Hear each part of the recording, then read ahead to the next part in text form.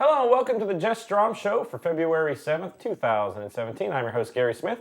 And on today's show, we're going to talk with Coach Sstrom about last week's win at Slippery Rock. It was a short week where there was only one game, and it was on Wednesday at Slippery Rock. And then we're going to take a look at the PSAC West, East, and the brand new NCAA Top 10 rankings that just came out as I was walking into the room. So good job to the guys in the back to update that graphic. But first, it's my pleasure to bring on for the first part of the show, All-American Player of the Year. I started searching the accolades, and my computer's still spitting out. But All-American and one of the greatest of all time, Mickey Glenn. And Mickey, thanks for coming back on the show. Oh, no problem. Great to be here. And it's hard to believe, and I know you probably feel the same way, but it's hard to believe that this is your senior year already because you've played literally since the moment you stepped on a campus. Yeah, it's been crazy. 4 years goes quick. Yeah. No one believes me whenever I tell the guys, they're like, enjoy it, and then you graduate. It does go very quick. I've been trying to enjoy small moments in practice. I know it's hard, but I'm not going to have this chance again. I was just going to say, is it starting to sink in that, this is your senior year? Like I said, you have played pretty much from the moment the first game you started at Cal, but is it sinking in that, you're in your last probably dozen or so games as a collegiate player? Yeah, I like to take things in, when we go on the road, I'm like, this is the last time I'm going to be playing in this place.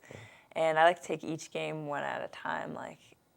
I play a lot harder knowing that it's going to be my last go-around. So basically watch out for the PSAC West, because I always joke with the guys, you can kind of tell whenever you're on the court and you really start bearing down and you get this little smile on your face. And last time I've seen it every time, but the times that I always remember is the times at IEP, especially last time whenever you played them a couple weeks ago, that right before you guys made a run, and I was like, this isn't going to be good for Indiana. So No. Our defense was very good that game. Well, in that game, and you had one of the greatest plays I've ever seen.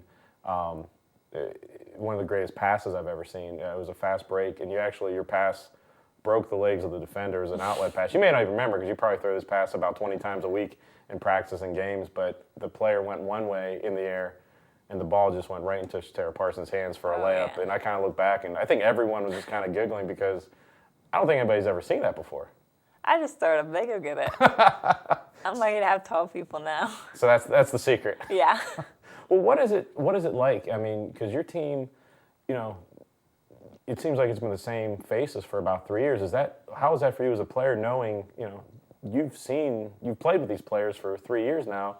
You don't really have to think too much, just react. Yeah, it's built a lot of trust. I'm glad to have people like Sierra who we kind of understand each other now, where if she goes back door, I know what she wants, and Shatera is just a long, great body. I can literally throw anything up and she's going to catch it.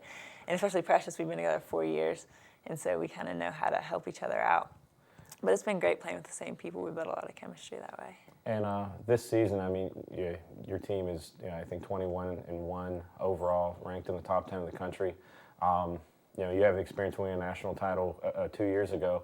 But going down this stretch, for you as a senior leader and also the other players, what do you feel, or what are you looking forward to in the last couple games of the regular season going into the playoffs? I'm ready for the playoff atmosphere. I know it's not quite the playoffs yet, but these last couple games really get that kind of feel, and teams are fighting to get into the last couple spots. So I'm really excited for more intense games. I enjoy blowing teams out, but I like intense games where I'm really expecting our defense to pick up a lot during these last couple games. Now, you're obviously a dynamic offensive player, but do you enjoy the offensive side of the game or the defensive side? Because you're probably one of the most tenacious defensive players we've seen.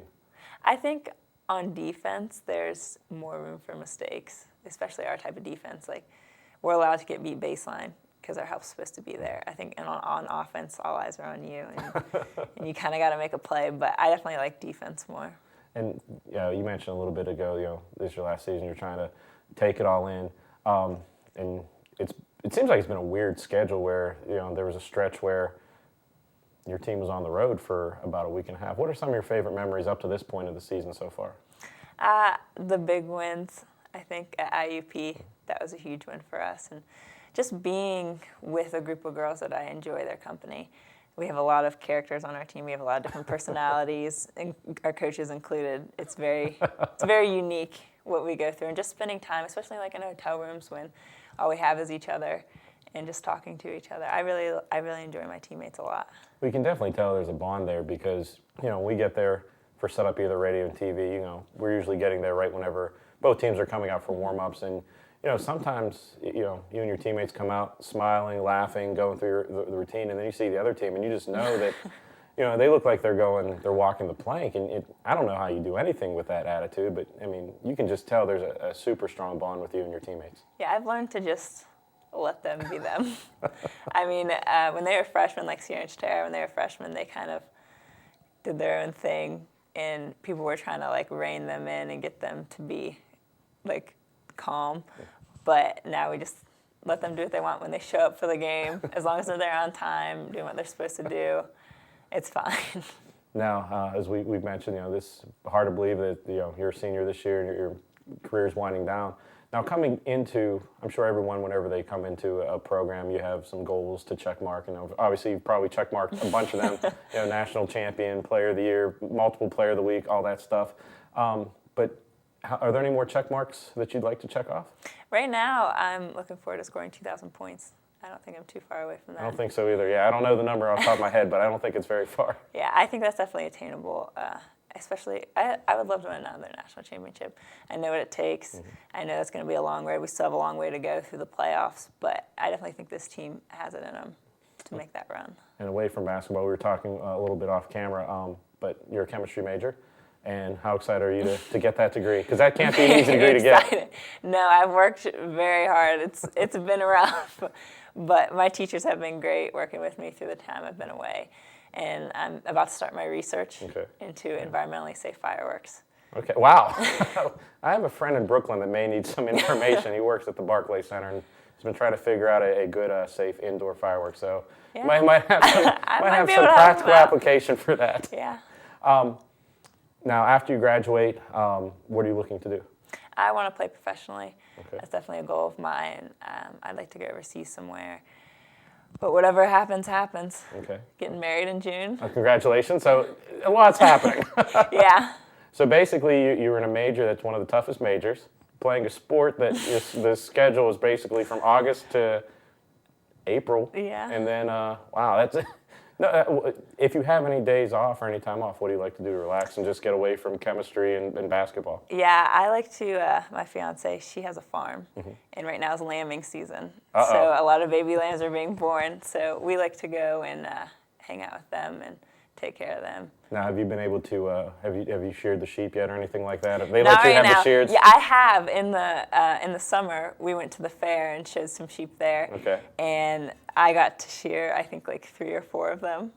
Oh, wow. Yeah, it's not as hard as you think it would be, but it's definitely different. It's a slower pace than what I'm used to. How nervous were you the first time you had that sheep and the shears? Very nervous because they told me, they were like, don't push too hard because you'll cut them and they'll bleed out and die. That's the first thing. They were like, don't do that. And I'm like, thanks. And maybe like, a little bit further down the list. Yeah. But it's very different. Wow, I can't imagine that. Because I remember this summer I know a lot of you and your teammates were on the grounds crew. I'm like, I don't know if they should be having the shears or anything like that. But I feel good that took care of getting sheep sheared and have all 10 fingers, and it's been a successful season. Well, do you have any final thoughts or words for the fans in the last couple games of the regular season? I have a special shout out to my tutoring center advisor, Dr. Johnson.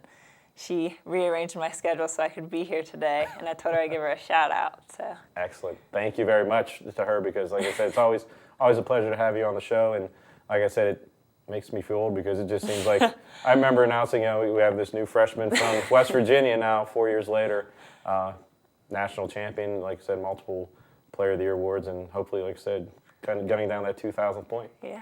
Thank you very much. I enjoyed being here. Thank you for being on the show, and good luck the rest of the season. And after the commercial break, we'll bring on Coach Sstrom, and we'll be back for the Coach Sstrom Show right here on CUTV.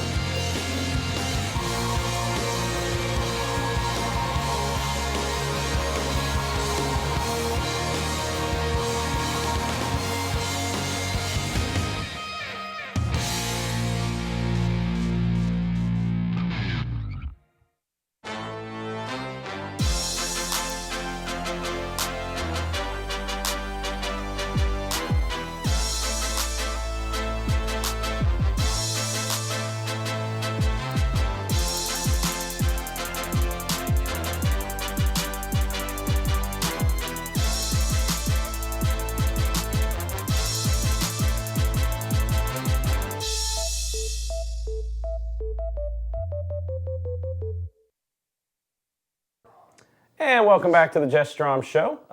Thanks to Mickey Glenn for coming on in the first segment and talking a lot about her career and stuff that she likes to do off camera. Now we're joined by Coach Sstrom. And Jess, when she was leaving the set, we were both a little worried about her starting her fireworks lab in a couple weeks. So, I mean, I don't know if there's any strings you can pull or get some non-flammable material in there. She would do it anyways. She loves it. She's really, really into her chemistry and her fireworks. So just hope she doesn't blow her fingers off. Or she learned something really cool before senior night because, just saying there may be explosions in the convos. Then she'll blow up the convocation center. Well, I mean, but it'll get people in there. That's the main thing. That's the main thing. So come every night to see if there's going to be an explosion. Well, Coach, last week was a pretty easy week in terms of schedule. It was only one game at Slippery Rock, and it was a team that your team had already played, it seemed only like a week and a half ago. But Slippery Rock always seems to be a place that it's kind of one of those weirder places like Clarion where it's not a guaranteed easy game. It just seems, I don't know if it's the shooting angles or whatnot, but I thought your team did a really good job of. Yeah, and Slippery Rock's always a good team. Mm-hmm. They can beat anybody on any given night. So it's always difficult going to Slippery Rock. But again, this time, just like last time, their best player really didn't play against us. So she's been out, she's been injured. So fortunate for us. But I think we did well. We went up there, got a win. Anytime you can get a win on the road in the PSAC it's a good week. Well, especially this time of the year, as there were 7 games left before that game, and now 6. And we'll look at those highlights from Slippery Rock last week at Morrow Fieldhouse, and you'll see in these highlights, just a good job of running your sets. It is. It seems like a very long time ago, but I guess it was only a week ago. I think in this game, Sierra hit some outside shots for us that really opened some things up because a lot of defenses don't play our posts, so it's important for them to hit some of those shots, so they have to play them. But again, these are all offensive clips. I need to get some defensive clips in here. I was working on that, and then the phone rang in my office, and things happened, and it just got a little crazy. But I promise there is some transition in here a little later, but, I guess the people like to see offense. Well, the other thing, too, it just seemed like Slippery Rock, for the most part, did do a good job of protecting the ball, but that just goes to show when they did that, on the offensive side, the team was patient, got really good shots. I think your team shot a pretty high percentage in that game. I don't typically look at it, so I don't really know. But I know Lana had a game. She had a pretty good offensive game for us. So it's really nice when other people besides Mickey or Sierra can step up and put points on the board.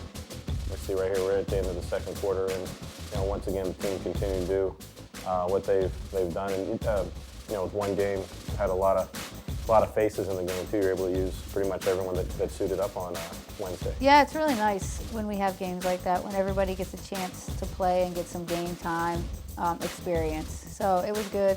Our bench has been great all year, though, if they're in the game or if they're on the bench.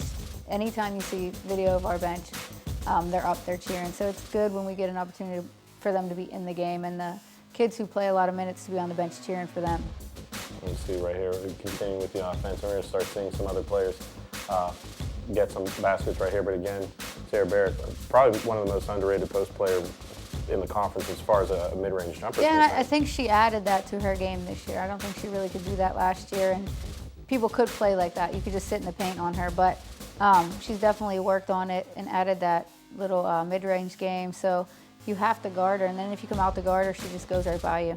That was a great pass from Emily Suckling to Brittany Nelson and DJ Hahn with the 3 from the corner. This is towards the end of the game, but you see everyone contributing that was wearing black and red. Yeah, it's nice, and I think some of those guys just need some confidence. They just need some game time success, so they have a little bit more confidence in game. But so it's really good to get them in. You see right there, 79-55. Great job offense, great job defense. At Slippery Rock, this time of year, every PSAC West game is so important to get that victory. But then that was the only game last week. So what did you and your team do with a couple of days off? You used to relax or practice or? It was actually perfect. I think it was a perfect time for us to have a little bit of a break. We were off Thursday, so the day after Slippery Rock we're off. And then we practiced Friday morning, normal, just regular practice. And then Saturday we did something a little bit different. We went over to Heron and we did some yoga, and we did, Coach T put him through a Zumba pool workout. It's pretty entertaining. And then they got in the hot tub over there, and then they just did rehab. Oh, wow. So that was our Saturday, and then they had Sunday completely off, just to rest a little bit, get their bodies back to where they need to be. And then we started Monday, and then today just normal. We watch Gannon, and then we practice. Yeah, because that's great to have, because I don't think people really realize the grind that the season is. Think, okay, games are 2 days a week, but there's practice, there's film session, there's everything that goes into that. It's a long season. These kids have been working since they got on campus pretty much in August. So anytime this time of year you can get a little bit of a break is nice. I think they needed a break from us. We needed a break from them. So it was a good time. And now you get a chance to, after that break, to go right back into I think it's pretty much Wednesday, Saturday from here on out until the PSAC tournament. That schedule's a little wonky as it always is, but last 6 games of the season, last 3 weeks. Yeah, it's crazy that it's already here. We keep telling our team these are the most important games. The NCAA committee looks at these games, and we had a really good practice today, so I think maybe they get it. Especially some of the older kids.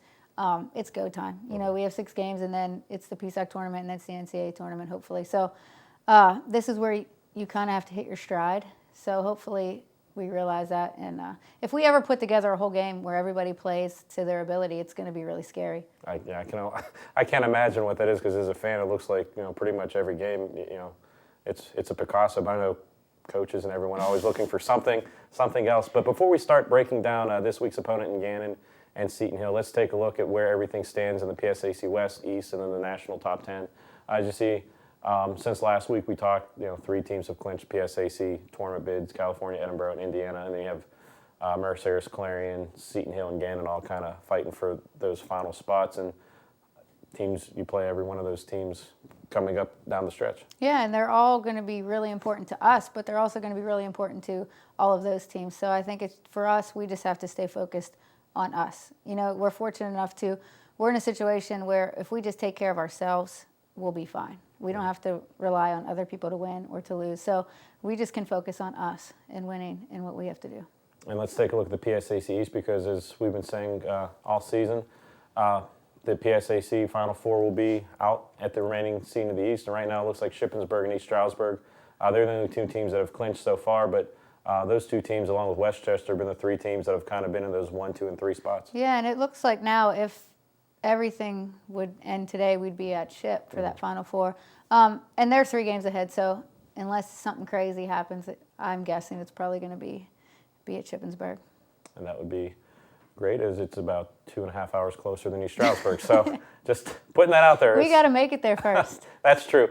And one other poll before we start looking at this week's opponent. The national top 10 came out while I was getting a salad, and the guys did a good job of getting everything in there. But California stayed at 4, and pretty much, I don't think there was much change in the top 10. No, there was Lincoln Memorial lost. Mm-hmm. They were undefeated before this week.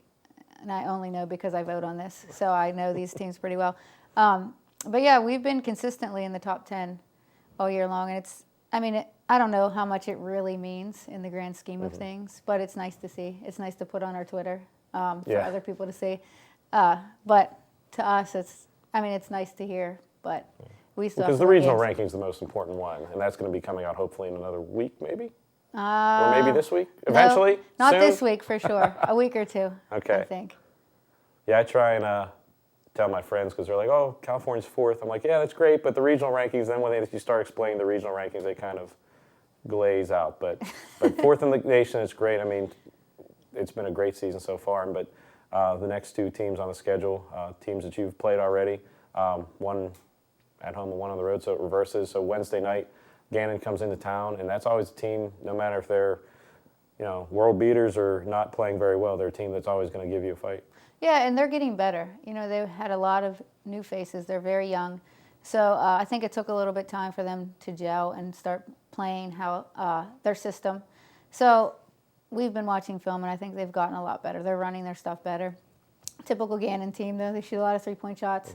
Mm-hmm. They have one post that works pretty hard on the post, but if we play defense how we should play, I think we should be fine. And that's Wednesday night at the Convocation Center, so make sure to be there at 5:30. Be great to have, it's a great support there, because we're in the middle of the season. Students are back in, so come on out.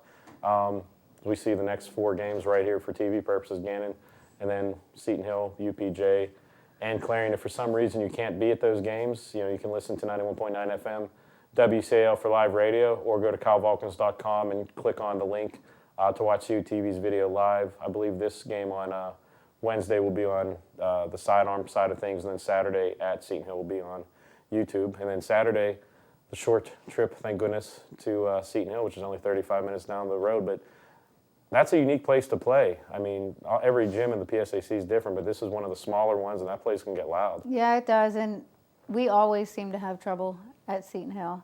I know we say that about Clarion and Slippery Rock also, so pretty much anywhere we go. But they're a good team. The same thing as Gannon, they can hit three-point shots. So on any day if they're on, they're a scary team. So, it's just another day we need to focus on what we need to do. Like I said, if we take care of ourselves and play our game, I think we should be good. And it's, like I said, only 35 minutes down the road. One of the brightest gyms, too, not only small, but the way the gym is constructed, it seems like there's windows everywhere, which I know is not typical in an arena. Yeah, it's not, but you keep giving these kids excuses. They need to just play. It doesn't matter if they played outside. That's true. Hoop's still 10 feet no matter what. That's right. So going into this week's game, you had a day off or a weekend off of practice. Does the schedule pretty much stay the same going down crunch time for as far as practice and everything? Yeah, we'll do the typical 2 days before. We watch film, we practice. It's a little bit crazy with our class schedule right now, so we're going kind of early on some days. But it's just part of what you have to do this time of year. So, yeah, we'll film, practice, and then it's game day. So it's nice when we're actually in a rhythm, though. So there's no questions what we're doing. They know what we're doing. They show up, and we just got to work hard. And I meant to ask the question when we were talking about Slippery Rock, because it was a Wednesday night road trip. It's the first Wednesday night road trip while class has been in session pretty much in about 8 or 9 weeks. Did that change the schedule at all, or is it pretty much set now? No, it did a little because we are on our bye week. So if we had a game on Saturday, it wouldn't have changed. Okay. But we had the opportunity to give them off Thursday because we had a bye. But typically, no, we'd still be up practicing. Okay. Well, that's pretty much it. That's all we have to say for this week. 2 games. Wednesday, come out to Convocation Center, 5:30 against Gannon. Always a good game. And then if you want, I encourage everyone to make the short drive to Greensburg. Like I said, 35 minutes, 45 minutes, 25 minutes if you really push it. Depends who's driving. Depends who's driving, what van you get. But come on out because, like I said, it's crunch time, 6 more games, and I'm sure it's always nice to turn around and see a lot of red and black in the crowd. Yeah, it's the best time of year, and I know our kids definitely feed off the energy of the crowd, so it's nice. Wednesday, there was a pretty good showing for Kyle fans traveling. Yeah, it's been great. Since students have been back, I feel like our crowds have been really, really good. So this is the last opportunity, last 3 weeks, so come out and support. Come on out, and like you said, there's only 3 home games left, and we talked, could be fireworks, could be sheep, could be any kind of thing. So the only way to guarantee to see something amazing is to come out to the Convocation Center, and the first chance of that is this Wednesday. So, Coach, thanks a lot. Good luck this week, and Thank you. We'll see you next week on the Sstrom Show right here on CUTV.